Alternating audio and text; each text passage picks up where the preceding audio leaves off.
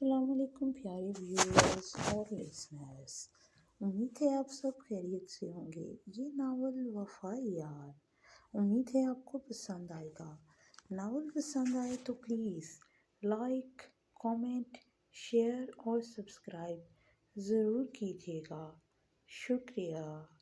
وفا یار از قلم دعا قریشی، قسط نمبر 4۔ اس نے رومان خان کو حویلی بارات لے جانے کے لیے کہا تھا اور ساتھ میں اسے یہ بھی ہدایت کی تھی کہ یہ بات باہر نہ نکلے۔ رومان خان پہلے تو راضی نہ ہوا، لیکن بہرام خان کے سمجھانے پر وہ اس کی بات پر عمل کرنے لگا۔ ادھر شازمہ بیگم بھی پریشان تھی کہ آخر کون ہے جس کے لیے بہرام خان نے شادی اور ہر طرح کے انتظامات چھوڑ کر ہاسپٹل پہنچنے کا کہا ہے۔ وہ ہاسپٹل سے نکلتے ہی شازمہ کو کال کر کے حویلی کے پچھلی طرف آنے کا کہا تھا کہ وہ انہیں اپنے ساتھ ہاسپٹل لے کر جا سکے۔ تھوڑی ہی دیر میں بہرام خان وہاں پہنچ گیا تھا۔ اس نے جلدی سے شازمہ کو گاڑی میں بٹھایا تو انہوں نے اس سے پوچھا کہ بہرام کیا بات ہے، کس کے لیے تم اتنا پریشان ہو رہے ہو؟ تو بہرام خان نے ان کو سچ بتایا۔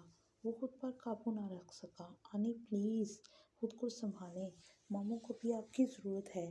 شازمہ جو حیرت سے بہرام کو دیکھنے لگی، کیونکہ نہ جانے کتنے وقت کے بعد آج اسفند خانزادہ کے لیے اس کے منہ سے ماموں نکلا تھا۔ اگر یہ بات اسفند خانزادہ سن لیتے تو ان کی خوشی کا کوئی ٹھکانہ ہی نہ رہتا۔ وہ جلدی سے ہاسپٹل پہنچی اور آپریشن تھیٹر روم میں داخل ہو گئی، اور باہر بہرام خانزادہ کے لیے یہ گھڑیاں قیامت سے کم نہ تھی۔ وہ اللہ کے حضور سجدے میں اسفند خانزادہ کی زندگی مانگ رہا تھا۔ وہ جس شخص کو دیکھنا تک گوارا نہ کرتا تھا، اس سے ہسپتال کے دروازے کے باہر کھڑے اب کافی وقت گزر گیا تھا۔ ہر گزرتا لمحہ اس پر بھاری ہو کر گزر رہا تھا۔ شازمہ جب آپریشن تھیٹر کے اندر داخل ہوئی تو بیڈ پر اپنے بھائی کو دیکھا تو اس کی آنکھیں نم ہوئی۔ وہ آگے بڑھی اور ان کے کان کے قریب بولی، آپ کو کچھ نہیں ہوگا، آپ کی گڈی آپ کو کچھ نہیں ہونے دے گی، آپ کو ٹھیک ہونا ہوگا بھائی۔ وہ جو ابھی بے ہوشی میں تھا، اپنی بہن کی آواز سن کر اس کی دل کی دھڑکنیں بڑھی تھی۔ ایک گولی کندھے پر جبکہ دوسری گولی دل کے بہت قریب لگی تھی۔ خون کافی زیادہ ضائع ہو چکا تھا، مگر بہرام خانزادہ کے بروقت خون دینے پر، کیونکہ اسفند خانزادہ اور بہرام خانزادہ کا بلڈ گروپ سیم تھا، خون اسفند خانزادہ کو لگا دیا گیا تھا۔ ایک لمبے انتظار کے بعد آپریشن تھیٹر کا دروازہ کھلا تو بھاگتا ہوا سامنے آیا۔ وہ جلدی سے اس سے سوال کرنے لگا تو اس کی آنی نے اسے بتایا کہ گولی نکال دی گئی ہے اور اگلے 24 گھنٹوں تک ان کا ہوش میں آنا ضروری ہے، ورنہ کچھ بھی ہو سکتا ہے۔ وہ اس کے پاس ہی بیٹھ گئی تھی جبکہ باقی ڈاکٹر وہاں سے چلے گئے تھے۔ آنی حوصلہ کریں، ماموں ٹھیک ہو جائیں گے۔ وہ بہرام کو دیکھ کر اس بات میں سر ہلا سکی۔ حویلی میں اب بہرام خانزادہ، اسفند خانزادہ اور اب شازمہ کی غیر موجودگی سب کو تشویش اور کسی انہونی کا احساس دلا رہی تھی۔ عمیر خانزادہ کے بار بار فون کرنے پر بھی بہرام کال نہیں اٹھا رہا تھا۔ ان کا شک یقین میں بدل رہا تھا کہ کہیں کچھ غلط ہوا ہے، اور پھر رومان خانزادہ کا بارات حویلی کی گاڑیوں میں آنا پہلے ہی انہیں غلط ہونے کا احساس کروا چکا تھا۔ مگر وہ اب تک خاموش تھے، کیونکہ بہرام نے ابھی تک انہیں کچھ بھی نہیں بتایا تھا اور نہ ہی وہ رومان خانزادہ سے کچھ پوچھ سکتے تھے۔ اس لیے اب وہ پریشانی سے ادھر ادھر ٹہل رہے تھے۔ ان کی پریشانی کو حویلی کے دوسرے لوگوں نے بھی محسوس کر لیا تھا۔ عدیل خانزادہ کو پریشان ہوتے ہوئے دیکھ وجاہت خانزادہ ابھی بات کرنے کے لیے اس کی طرف بڑھ ہی رہے تھے جب بہرام خان کی گاڑی گارڈز کے ساتھ اندر داخل ہوئی۔ ان کے ساتھ شازمہ بیگم بھی تھی۔ دونوں کو ساتھ دیکھ کر رومان خانزادہ کی بے چینی میں مزید اضافہ ہوا۔ بہرام خانزادہ جو گاڑی سے اترا تھا تو اس کی نظریں رومان خانزادہ کی طرف ہی تھیں۔ اس نے آنکھوں کے اشارے سے سب اچھا ہے اور مطمئن ہونے کا اشارہ کیا تو رومان خانزادہ نے ایک سکون کا سانس خارج کیا۔ عدیل خانزادہ بہرام کے قریب ہوئی، کیا بات ہے بہرام؟ کب سے فون کر رہا ہوں، کدھر سے تم؟ چچا جان میں ٹھیک ہوں، آپ پریشان نہ ہوں۔ اور اپنے ساتھ تم شازمہ بھابھی کو بھی لے کر کہاں گئے تھے؟ کوئی بات ہے بہرام جو تم ہم سب سے چھپا رہے ہو؟ اور کہاں ہے بتاؤ اسفند؟ بہرام وہ اپنے بیٹے کی بارات پر کیوں نہیں آیا ساتھ؟ ان کا تو مجھے نہیں معلوم۔ یہ سوال تو آپ مجھ سے مت پوچھیے چچا جان، اور ساری فکریں چھوڑیں، آپ سعدیہ کی رخصتی کی طرف توجہ دیں۔ وہ اس کی بات سن کر افسوس سے سر ہلا کر رہ گئے، کیونکہ اب بہرام انہیں اپنی مرضی سے ہی سب بتائے گا۔ لیکن اس سے مطمئن دیکھ کر وہ اتنا تو اندازہ ہو گیا تھا کہ اب سب کچھ بہرام کے کنٹرول میں ہے۔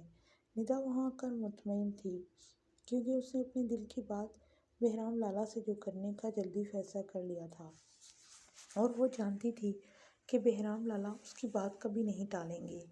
وہ ایک طرف کھڑی اب یہ سب کچھ سوچ رہی تھی کہ اتنے میں عمیر خانزادہ اس کے پاس آ کر رکا۔ وہ اسے دیکھ کر ایک لمحے میں پہچان نہ سکی تھی۔ وہ اس کو مخاطب کرتے ہوئے بولا، کیسی ہو؟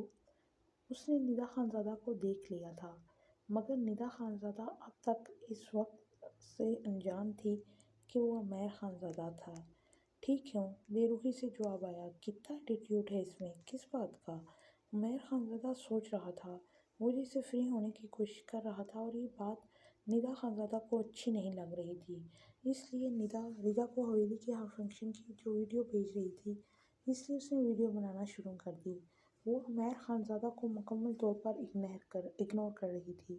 ادھر ردا کی ماں، جو دل کی تکلیف میں مبتلا تھی، وہ چاہتی تھی کہ ردا کو سارا سچ بتا دیں، لیکن وہ اسے سچ بتا دیں، مگر سچ بتانے کے بعد جانتی تھی کہ ردا ان سے بدظن ہو جائے گی، کیونکہ ردا کے لیے اس کی کل کائنات اس کی ماں تھی، اور وہ اپنی ماں کے علاوہ کسی بھی رشتے سے واقف نہ تھی۔ اس کے ذہن میں کچھ دھندلی سی یادیں تھیں۔ جب ندا نے اس کو حویلی کی ویڈیو بنا کر بھیج رہی تھی، تو وہ اپنے ذہن پر زور دینے کی کوشش کر رہی تھی کہ اسے کچھ یاد آ جائے۔ آخر کیوں؟ وہ ان ویڈیو کو دیکھ کر ایسا لگتا تھا کہ جیسے وہ وہاں پہلے سے سب کچھ دیکھتی آئی ہے۔ اسے ایسا محسوس ہو رہا تھا، مگر وہ اپنی بات ندا کو نہیں بتا سکتی تھی۔ تھوڑی دیر کے بعد سعدیہ کی رخصتی کر دی گئی۔ رومان خانزادہ اسے حویلی چھوڑ کر فوراً ہاسپٹل کے لیے چلا گیا تھا، لیکن بہرام نے اسے سختی سے منع کیا تھا کہ اگر اس کی ضرورت ہوگی تو وہ اسے بلا لے گا، لیکن فی الحال وہ ایک بار اپنی آنکھوں سے اپنے باپ کو دیکھنا چاہتا تھا۔ اس لیے وہ کسی کو بھی بنا بتائے ہاسپٹل کے لیے نکل گیا تھا۔ بہرام خانزادہ نے ہاسپٹل کی سیکیورٹی بڑھا دی تھی، کیونکہ وہ جانتا تھا کہ اس کے دشمنوں کو اسود خانزادہ کے بچ جانے کی خبر مل چکی ہوگی۔ اس سے وہ مزید کوئی خطرہ اسود خانزادہ کی جانب برداشت نہیں کر سکتا تھا۔ زندگی نے اسے عجیب چوراہے پر لا کھڑا کر دیا تھا۔ دشمن کسی حد تک بہرام خانزادہ کو چوٹ پہنچا چکا تھا۔ بہرام خانزادہ کی کمزوری اس کا خاندان ہی تھا، اور وہ اس حملے کے پیچھے جو بھی تھا وہ کسی حد تک جانتا بھی تھا۔ اس نے اپنا فون نکالا اور کسی کو کال کرنے لگا۔ اسے اب صرف اسود خانزادہ کے ہوش میں آنے کا انتظار تھا۔ زندگی کسی کے لیے بھی آسان نہیں ہوتی، لیکن بہرام خانزادہ کے لیے زندگی کبھی بھی آسان نہیں رہی تھی۔ اس نے اپنی زندگی میں بہت سی آزمائشوں کا سامنا کیا تھا، اور نہ جانے ابھی کتنی اور آزمائشیں اس کے لیے باقی تھیں۔ وہ حویلی سے زیادہ وقت کے لیے غائب بھی نہیں رہ سکتا تھا، اس لیے وہ اسود خانزادہ کے جلد سے جلد ہوش میں آنے کی دعا کر رہا تھا۔ مگر اس وقت اس کا ہاسپٹل جانا بھی ضروری تھا، کیونکہ جب تک وہ اسود خانزادہ کو اپنی آنکھوں کے سامنے ایک دفعہ خیریت سے نہ دیکھ لیتا، اسے بھی چین نہیں ملنا تھا۔ وہ جیسے ہی ہاسپٹل کے کوریڈور سے اندر داخل ہوا تو نرس اسے تیزی سے کمرے سے باہر نکلتے ہوئے دکھائی دی۔ بہرام خانزادہ نے جلدی سے نرس کو پکارا، کیا ہوا ہے؟ جس پر نرس نے اسے بتایا کہ اسود خانزادہ کے دل کی دھڑکن ایک دم سے بڑھ رہی ہے، تو وہ ڈاکٹر کو بلانے کے لیے جا رہی ہے، کیونکہ صبح ہو چکی تھی اور اسود خانزادہ کے آپریشن کو بھی 4 سے 5 گھنٹے گزر چکے تھے۔ ڈاکٹر نے جلدی سے اسود خانزادہ کو چیک کیا، اور تھوڑی دیر کے بعد وہ روم سے مطمئن سا باہر آیا اور بہرام خانزادہ کو بتایا کہ اب ان کی حالت خطرے سے باہر ہے۔